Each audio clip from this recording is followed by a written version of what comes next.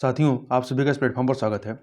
यहाँ पर हम लोग विजन आईएएस कोचिंग संस्था के द्वारा जो न्यूज़ टुडे शीर्षक से डेली करंट अफेयर प्रोवाइड किया जाता है, उसको यहाँ पर हम लोग देखेंगे। तो चलिए प्रारंभ करते हैं। सबसे पहले बात करते हैं, संसद ने नई दिल्ली अंतर्राष्ट्रीय मध्यस्थम केंद्र संशोधन विधेयक 2022 पारित किया है। इस विधेयक ने नई दिल्ली अंतर्राष्ट्रीय मध्यस्थम केंद्र अधिनियम 2019 में संशोधन किया है। संशोधन के द्वारा नई दिल्ली अंतर्राष्ट्रीय मध्यस्थम केंद्र का नाम बदलकर भारत अंतर्राष्ट्रीय मध्यस्थम केंद्र इंडिया इंटरनेशनल आर्बिट्रेशन सेंटर कर दिया गया है। इस विधेयक के जो प्रमुख प्रावधान है उनकी बात करें तो पहला है, मध्यस्थम के या आर्बिट्रेशन के संचालन के तरीके और वैकल्पिक विवाद समाधान के अन्य रूपों को केंद्र सरकार निर्धारित करेगी। दूसरी बात, यह विधेयक सरकार को अधिनियम के लागू होने की तारीख से 5 साल तक इसके कार्यान्वयन में आने वाली किसी भी कठिनाई को दूर करने की अनुमति देता है। मध्यस्थम केंद्र जो है ये वैकल्पिक विवाद समाधान एडीआर इंग्लिश में कहें तो अल्टरनेटिव डिस्प्यूट रिड्रेसल का एक रूप होता है। वैकल्पिक विवाद समाधान के लाभ क्या होते हैं? तो कम लागत में विवाद का समाधान किया जा सकता है। दूसरा, समाधान की प्रक्रिया अधिक लचीली होती है। तीसरा, विवाद समाधान में अधिक गोपनीयता बरती जाती है। चौथा, विवाद निपटान की अधिक संभावना रहती है। और पांचवा जो है, विवाद समाधान के लिए कई मंच उपलब्ध होते हैं और समाधान के भी कई विकल्प प्राप्त होते हैं।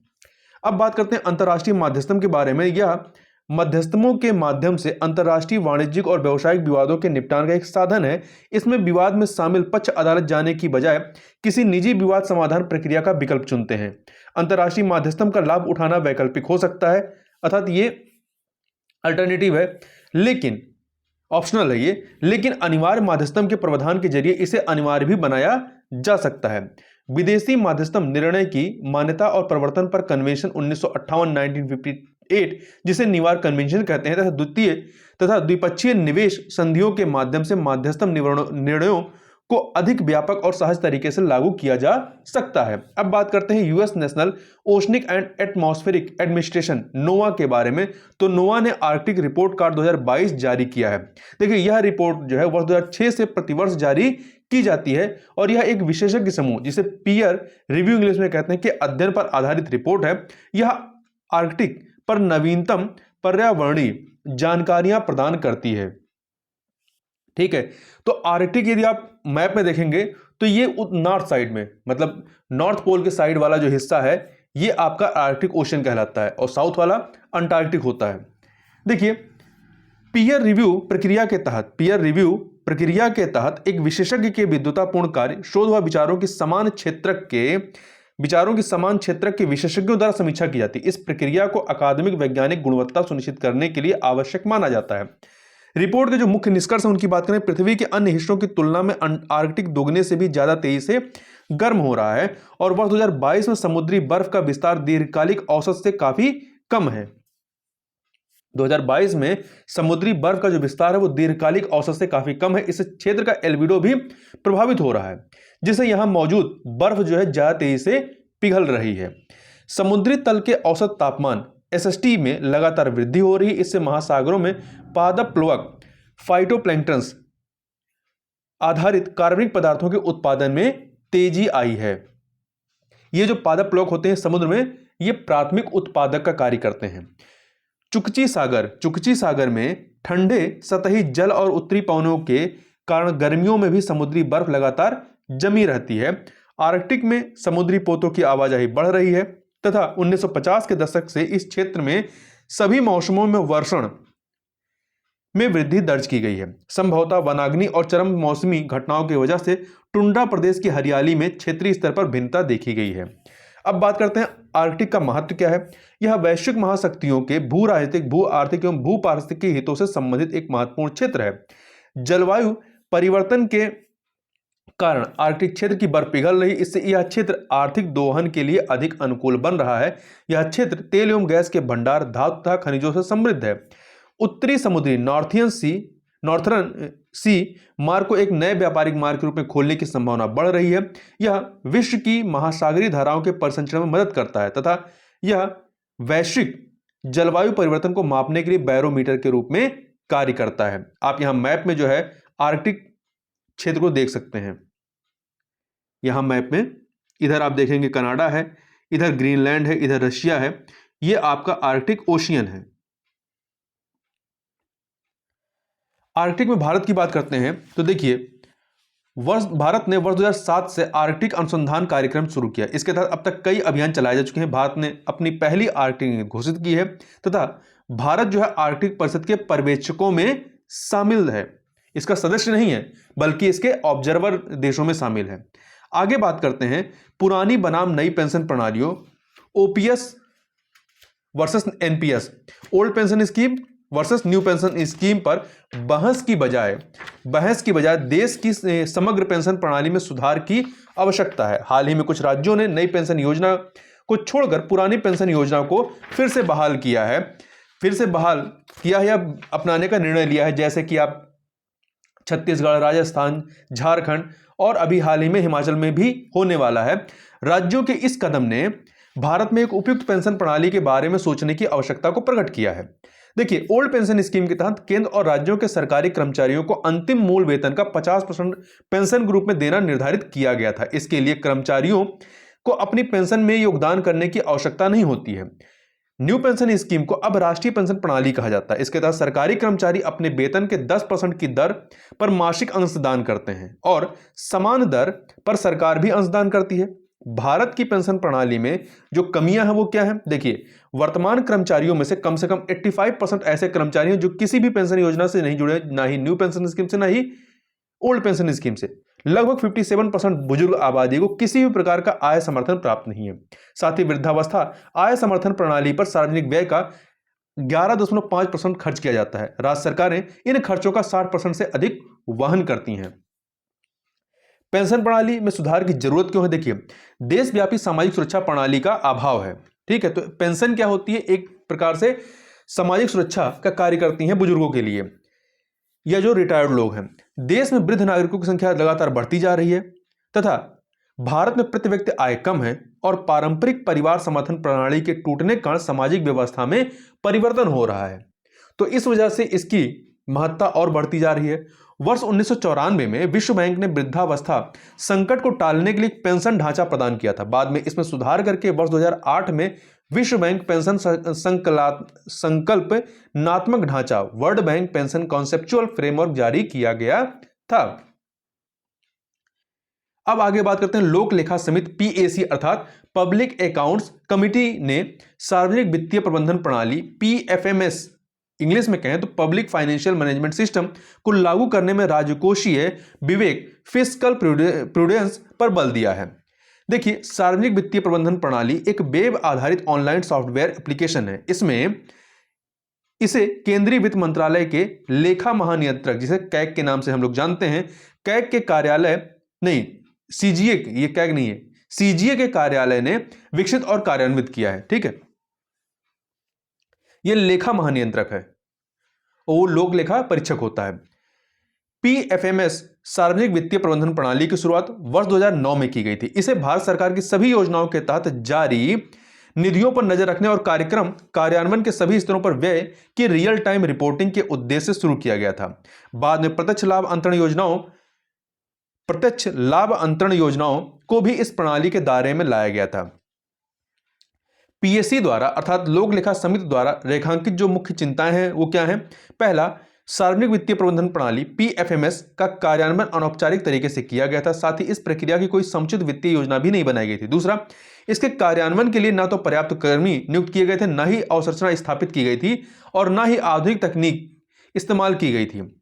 इसके दायरे में सभी प्रत्यक्ष लाभ अंतरण डीबीटी डायरेक्ट बेनिफिट ट्रांसफर योजनाओं को नहीं लाया गया है। अब सिफारिशें क्या की गई इसको लेकर के? योजना का बजट बनाने, अनुमान लगाने और आवंटित निधि के उपयोग में वैज्ञानिक तरीकों को अपनाया जाना चाहिए। इससे राजकोषीय विवेक फिस्कल प्रूडेंस सुनिश्चित किया जा सकता है। दूसरा, भौतिक और तकनीकी अवसंरचना का आकलन करने के साथ साथ बैकअप व्यवस्था बनाने की भी आवश्यकता है।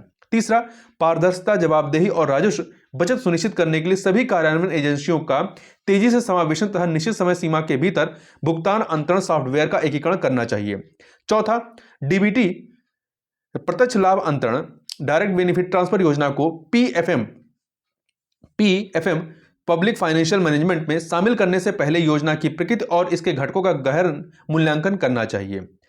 अब यहां पर पीएफएमएस अर्थात सार्वजनिक वित्तीय प्रबंधन प्रणाली के महत्व की बात करें तो यह जवाबदेही सुनिश्चित करती है और यह अलग अलग योजनाओं के लिए आवंटित धन के उपयोग की निगरानी में मदद भी करती है। योजनाओं में रिसाव जो लीकेज होता है उसको कम करने में मदद करती है। साथ ही सभी प्रासंगिक जानकारियों को सार्वजनिक रूप से प्रदर्शित करके पारदर्शिता सुनिश्चित करने का कार्य करती है। तो ध्यान रखिएगा, सार्वजनिक वित्तीय प्रबंधन प्रणाली की शुरुआत कब की गई थी? वर्ष 2009 में की गई थी। अब यदि हम लोक लेखा समिति पीएसी की बात करते हैं तो ये जो है जो 3 महत्वपूर्ण वित्तीय समितियां हैं उनमें से एक है यह, ठीक है, संसद की। और इसका गठन कब किया गया था? तो वर्ष 1921 में इसका गठन किया जाता है लोक लेखा समिति का। भारत सरकार अधिनियम 1919 जिसे मॉन्टेग्यू चेम्सफोर्ड सुधार अधिनियम भी कहते हैं, उसके माध्यम से इसका गठन किया गया था। और इसमें कुल 22 सदस्य होते हैं। 15 सदस्य लोकसभा से लिए जाते हैं और 7 सदस्य जो हैं वो राज्यसभा से लिए जाते हैं। और ये 1 वर्ष के लिए इसका गठन किया जाता है। आगे बढ़ते हैं, आगे बात करते हैं बेस एडिटिंग, क्षार संपादन की सहायता से कैंसर का उपचार किया जाएगा। देखिए यूनाइटेड किंगडम, कहां के? यूनाइटेड किंगडम के वैज्ञानिक बेस एडिटिंग उपचार पद्धति का परीक्षण कर रहे हैं। इस पद्धति से T cell acute lymphoblastic leukaemia नामक ब्लड कैंसर का इलाज किया जाएगा। टी सेल एक प्रकार की श्वेत रक्त कोशिकाएं होती हैं, व्हाइट ब्लड सेल्स होती हैं। ये शरीर के लिए उत्पन्न होने वाले खतरों को पहचानने और उन्हें बेअसर करने में सक्षम है। बेस एडिटिंग के बारे में बात करें तो एक व्यक्ति का जेनेटिक कोड 4 प्रकार के क्षारकों या बेस का कई बार क्रम परिवर्तन है। ये 4 जो क्षार हैं या बेस हैं वो कौन से हैं? पहला है एडेनिन, दूसरा है गुआनिन, तीसरा है साइटोसिन और चौथा है थाइमिन। इन क्षारकों के अनुक्रम जीन को उन आवश्यक प्रोटीनों की विशेष श्रृंखला का उत्पादन करने का निर्देश देते हैं जो शरीर के संचालन के लिए आवश्यक है। वैज्ञानिक अब केवल एक क्षारक की आणविक संरचना को बदलने के लिए जेनेटिक कोड के एक सटीक भाग का चयन करने हेतु कई तरीकों का उपयोग कर सकते हैं। इससे आनुवंशिक निर्देशों को प्रभावी ढंग से बदला जा सकता है। इन तरीकों में क्रिस्पर-कैस9 प्रणाली सबसे लोकप्रिय है। यूके की मरीज के मामले में क्षारकों के अव्यवस्थित अनुक्रम के कारण टी सेल ही कैंसर का कारण बन गई थी। वैज्ञानिकों ने एक स्वस्थ दाता से प्राप्त टी सेल को बेस एडिटिंग की मदद से एक नए प्रकार के टी सेल में बदल दिया। यह नई टी सेल ना तो एक दूसरे को और ना ही अन्य कोशिकाओं को नुकसान पहुंचाएगी। यह कीमोथेरेपी से भी सुरक्षित रहेगी और शरीर में मौजूद अन्य कैंसरकारी टी कोशिकाओं को नष्ट कर देगी। आगे बढ़ते हैं। भारत ने जवाबदेह और पारदर्शी संयुक्त राष्ट्र सुरक्षा परिषद UNSC United nation security council का आह्वान किया है। देखिए भारत ने यूएनएससी संयुक्त राष्ट्र सुरक्षा परिषद की खुली चर्चा बैठक की अध्यक्षता की है। बैठक में भारत ने new orientation for reformed multilateral system norms की आवश्यकता पर बल दिया है। यह समकालीन वास्तविकताओं को सर्वोत्तम रूप में दर्शाने वाली वैश्विक व्यवस्था का निर्धारण करेगी। यदि संयुक्त राष्ट्र सुरक्षा परिषद के बारे में और चीजों देखें तो इसमें निम्नलिखित कारणों से सुधार की मांग तेज हुई है। पहला, अधिक सहयोग और प्रतिनिधित्व को बढ़ावा देने की जरूरत है। संगठन की संरचना में प्रतिनिधित्वकारी और नीति निर्माणकारी शक्तियां विकसित देशों के पक्ष में झुकी हुई हैं। इस वजह से उनके सुझावों को भेदभावपूर्ण और पक्षपाती माना जाता है। दूसरा, मौजूदा संस्थानों की अक्षमता। यूक्रेन संकट के कारण खाद्य, उर्वरक और ईंधन सुरक्षा से जुड़ी चिंताएं पैदा हुई। ये चिंताएं व्यापक प्रतिनिधित्व वाली वैश्विक गवर्नेंस संरचना की आवश्यकता को प्रकट करती हैं। तीसरा, आतंकवाद के विरुद्ध प्रभावी कार्रवाई। तेजी से बदलते वैश्विक सुरक्षा परिदृश्य, पारंपरिक सुरक्षा चुनौतियों के बने रहने तथा नई और जटिल चुनौतियों के उभरने से प्रभावी कार्रवाई आवश्यक हो गई है। अगला पॉइंट है जलवायु परिवर्तन की वर्तमान स्थिति, कोविड महामारी, संघर्षों आदि से जुड़ी समस्याओं के समाधान के लिए उत्तरदायी कोविड पश्चात वैश्विक व्यवस्था की जरूरत है।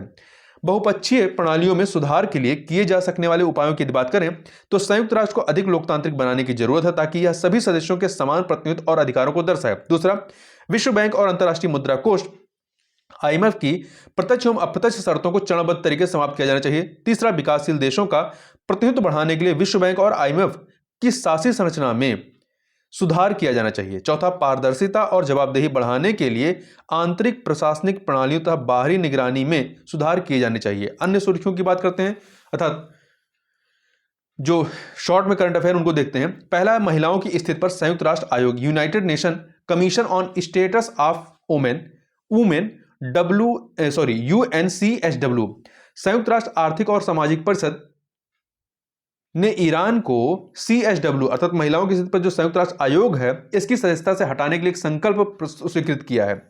यदि हम बात करते हैं महिलाओं की स्थिति पर संयुक्त राष्ट्र आयोग की तो यह एक प्रमुख वैश्विक अंतर सरकारी निकाय है। यह मुख्यतः लैंगिक समानता और महिलाओं के सशक्तिकरण को बढ़ावा देता है। इसकी स्थापना वर्ष 1946 वर्ष 1946 में संयुक्त राष्ट्र आर्थिक और सामाजिक परिषद ने की थी। ईरान को हटाने की बात इसके लिए हटाने के लिए संकल्प प्रस्तुत किया गया, इसलिए किया गया है क्योंकि ईरान में महिलाओं के अधिकारों को लेकर के एक बहुत बड़ा आंदोलन चल रहा है। यह निकाय बीजिंग डिक्लेरेशन और प्लेटफॉर्म फॉर एक्शन के कार्यान्वयन में अग्रणी भूमिका निभाता है। बीजिंग डिक्लेरेशन महिलाओं के अधिकारों संबंधित एक डिक्लेरेशन है। इसमें संयुक्त राष्ट्र के 45 सदस्य देशों में से प्रत्येक से एक प्रतिनिधि शामिल होता है। प्रतिनिधि का चयन जो है वो संयुक्त राष्ट्र आर्थिक और सामाजिक परिषद समान भौगोलिक विवरण के आधार पर करता है। भारत को 4 सालों के लिए वर्ष 2021 से 2025 तक जो है वो महिलाओं की स्थिति पर संयुक्त राष्ट्र आयोग के सदस्य के रूप में चुना गया है। मतलब 45 सदस्यों में से यह भी एक है। आगे बात करते हैं फोरा बोट के बारे में। फोरा बोट यह एक रोबोट है जो समुद्र की सूक्ष्म जीवाश्मों की पहचान करने, उन्हें श्रेणीबद्ध करने तथा उनकी कुशलतापूर्वक छंटनी करने में सक्षम है। यह रोबोट महासागरों और जलवायु संबंधी अध्ययन को आसान बनाएगा। फोरम्स की पहचान करने में अधिकांश प्रशिक्षित मनुष्यों की तुलना में इसकी सटीकता दर अत्यधिक है। फोरम अथवा फोर्मिनिफेरा बहुत ही साधारण सूक्ष्म जीव होते हैं। इन पर एक सूक्ष्म खोल सेल होता है। ये 100 मिलियन से अधिक वर्षों से महासागरों में मौजूद हैं। आगे बात करते हैं प्रकृति आधारित समाधान NBS के बारे में, नेशनल बेस्ड सॉल्यूशंस के बारे में। संयुक्त राष्ट्र पर्यावरण कार्यक्रम UNEP, united nation environment programme ने state for finance for nature 2022 शीर्षक से एक रिपोर्ट जारी की है। ध्यान रखिएगा, state of finance for nature 2022 किसने जारी किया है? यूनेप ने। रिपोर्ट के अनुसार वर्तमान में NBS प्रकृति आधारित समाधान नेचर बेस्ड सॉल्यूशन के लिए वार्षिक आधार पर 154 बिलियन अमेरिकी डॉलर का वित्त आवंटित किया जा रहा है। प्रकृति आधारित समाधान की बात करें तो NBS को प्राकृतिक पारिस्थितिक तंत्रों की रक्षा, प्रबंधन या पुनर्स्थापना कार्रवाई के रूप में परिभाषित किया जाता है। ये कार्रवाइयां मानव कल्याण और जैव विविधता लाभ प्रदान करती हैं, साथ ही जलवायु परिवर्तन जैसी सामाजिक चुनौतियों को भी संबोधित करती हैं। उदाहरण के लिए तटीय क्षेत्रों में बाढ़ से निपटने हेतु पारंपरिक तरीकों जैसे कि मानव निर्मित बुनियादी ढांचे, समुद्री दीवारों का उपयोग किया जाता है। NBS के तहत, नेचर वेस्ट सॉल्यूशंस के तहत यह धारणा है कि इस बाढ़ से वृक्षारोपण के माध्यम से भी निपटा जा सकता है। वृक्षारोपण से पारिस्थितिक तंत्र सेवाओं का लाभ प्राप्त होता है, साथ ही वृक्ष तूफानों के प्रभाव को कम करके जैव विविधता को सुरक्षा प्रदान करते हैं। आगे बात करते हैं EV यात्रा वेब पोर्टल और मोबाइल ऐप लॉन्च किया गया है। इन्हें राष्ट्रपति ने राष्ट्रीय ऊर्जा संरक्षण दिवस के अवसर पर लॉन्च किया है। इसका उद्देश्य देश में ई-मोबिलिटी, इलेक्ट्रिक वाहन को अपनाने के लिए लोगों को प्रोत्साहित करना है। मोबाइल एप्लीकेशन निकटतम सार्वजनिक EV चार्जिंग स्टेशन के लिए नेविगेशन की सुविधा प्रदान करेगा। वेब पोर्टल ई-मोबिलिटी को बढ़ावा देने के लिए की गई पहलों के बारे में जानकारी का प्रसार करेगा। इन्हें ऊर्जा दक्षता ब्यूरो ने विकसित किया है। ऊर्जा दक्षता ब्यूरो EV पब्लिक चार्जिंग अवसर को शुरू करने के लिए केंद्रीय नोडल एजेंसी के रूप में कार्य करेगा। राष्ट्रपति ने राष्ट्रीय ऊर्जा संरक्षण पुरस्कार NECA और राष्ट्रीय ऊर्जा दक्षता नवाचार पुरस्कार NEEIA भी प्रदान किए हैं। राष्ट्रीय ऊर्जा संरक्षण पुरस्कार NECA क्या है? यह औद्योगिक इकाइयों को ऊर्जा बचत में उनकी उपलब्धियों के लिए प्रदान किया जाता है, जबकि राष्ट्रीय ऊर्जा दक्षता नवाचार पुरस्कार NEEIA का उद्देश्य नवोन्मेषी उपायों के माध्यम से ऊर्जा दक्षता को बढ़ावा देना है। आगे बात करते हैं पेट्रियट मिसाइल के बारे में। तो अमेरिका यूक्रेन को पेट्रियट मिसाइल देने की योजना को अंतिम रूप प्रदान कर रहा है। पेट्रियट मिसाइल के बारे में बात करें तो यह सतह से हवा में मार करने वाली निर्देशित मिसाइल है, गाइडेड मिसाइल प्रणाली है।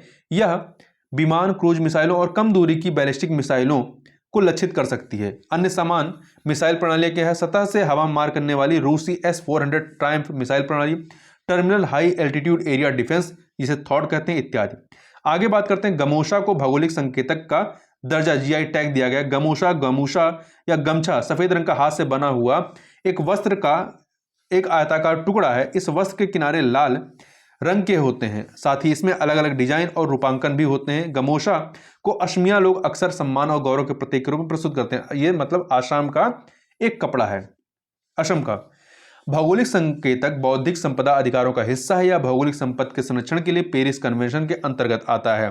भौगोलिक संकेतक को बौद्धिक संपदा अधिकार समझौते और समझौते के व्यापार संबंधी पहलुओं, ट्रिप्स जिसे कहते हैं शॉर्ट में, के तहत कवर किया गया है। भारत में भौगोलिक संकेतक पंजीकरण को 1999 के वस्तुओं का भौगोलिक संकेतक पंजीकरण और संरक्षण अधिनियम के द्वारा प्रशासित किया जाता है। ये अधिनियम याद रखिएगा, कई बार पेपर में पूछा जाता है। आगे बात करते हैं गोंड जनजाति के बारे में। तो राज्यसभा ने उत्तर प्रदेश के 4 जिलों में गोंड समुदाय को अनुसूचित जाति की सूची से अनुसूचित जनजाति की सूची में स्थानांतरित करने संबंधी विधेयक को स्वीकृति प्रदान कर दी है। गोंड मध्य प्रदेश और छत्तीसगढ़ में रहने वाले सबसे बड़े जनजातीय समूहों में से एक हैं। ये महाराष्ट्र, आंध्र प्रदेश, उड़ीसा और उत्तर प्रदेश के कुछ हिस्सों में भी निवास करते हैं। ये ज्यादातर किसान और प्रकृति पूजक होते हैं। इन जनजातियों के लोग गोंडी भाषा बोलते हैं या द्रविड़ भाषा परिवार से संबंधित है। आगे बात करते हैं काजिंद 2022 या भारत और कजाकिस्तान का एक संयुक्त सैन्य प्रशिक्षण अभ्यास है। इसे वर्ष 2016 में अभ्यास प्रबल दोस्ती के रूप में शुरू किया गया था। वर्ष 2018 में इसका नाम बदलकर अभ्यास काजिंद कर दिया गया है। आगे बात करते हैं चर्चित स्थलों में, तो इसमें है बोस्निया और हर्जेगोविना, जिसकी राजधानी साराजेवो है। ठीक है, आप यहां पर देख सकते हैं, इधर इटली है, इधर एड्रियाटिक सी है और ये आपका ये यूरोपियन कंट्री है। यूरोपीय संघ बोस्निया और हर्जेगोविना को अपनी सदस्यता के लिए उम्मीदवार का दर्जा देने पर सहमत हो गए हैं। बोस्निया और हर्जेगोविना दक्षिण पूर्वी एशिया में स्थित एक बाल्कन कंट्री है। ठीक है, तो ये बाल्कन है, बाल्कन कंट्री है ये।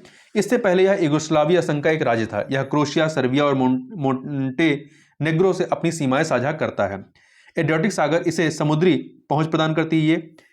भौगोलिक विशेषताएं देखें तो प्रमुख नदियां हैं कि सावा नदी और नेरेत्वा नदी है और सबसे ऊंची चोटी माउंट मैगेलिक है। आगे बात करते हैं अरुणाचल प्रदेश का तवांग। अरुणाचल प्रदेश का तवांग क्षेत्र की बात कर लेते हैं। तो देखिए, हाल ही में भारतीय सैनिकों ने अरुणाचल प्रदेश के तवांग सेक्टर में वास्तविक नियंत्रण रेखा एलएसी पर चीनी सैनिकों की घुसपैठ की कोशिश को नाकाम कर दिया है। तवांग अरुणाचल प्रदेश का सबसे पश्चिमी जिला है। तवांग जो है अरुणाचल प्रदेश का सबसे पश्चिमी जिला है। यह उत्तर में तिब्बत, यह उत्तर में इधर आपका यह उत्तर में तिब्बत और दक्षिण पश्चिम में भूटान से, यहां पे दक्षिण पश्चिम भूटान, इधर आपका तिब्बत से घिरा हुआ है। शेला पर्वतमाला इसे पूर्व में अरुणाचल प्रदेश के पश्चिमी कामेंग जिले से जोड़ती है। और यह तवांग मठ, यहां पे तवांग मठ, इसलिए यह भारत का सबसे बड़ा मठ है तवांग मठ।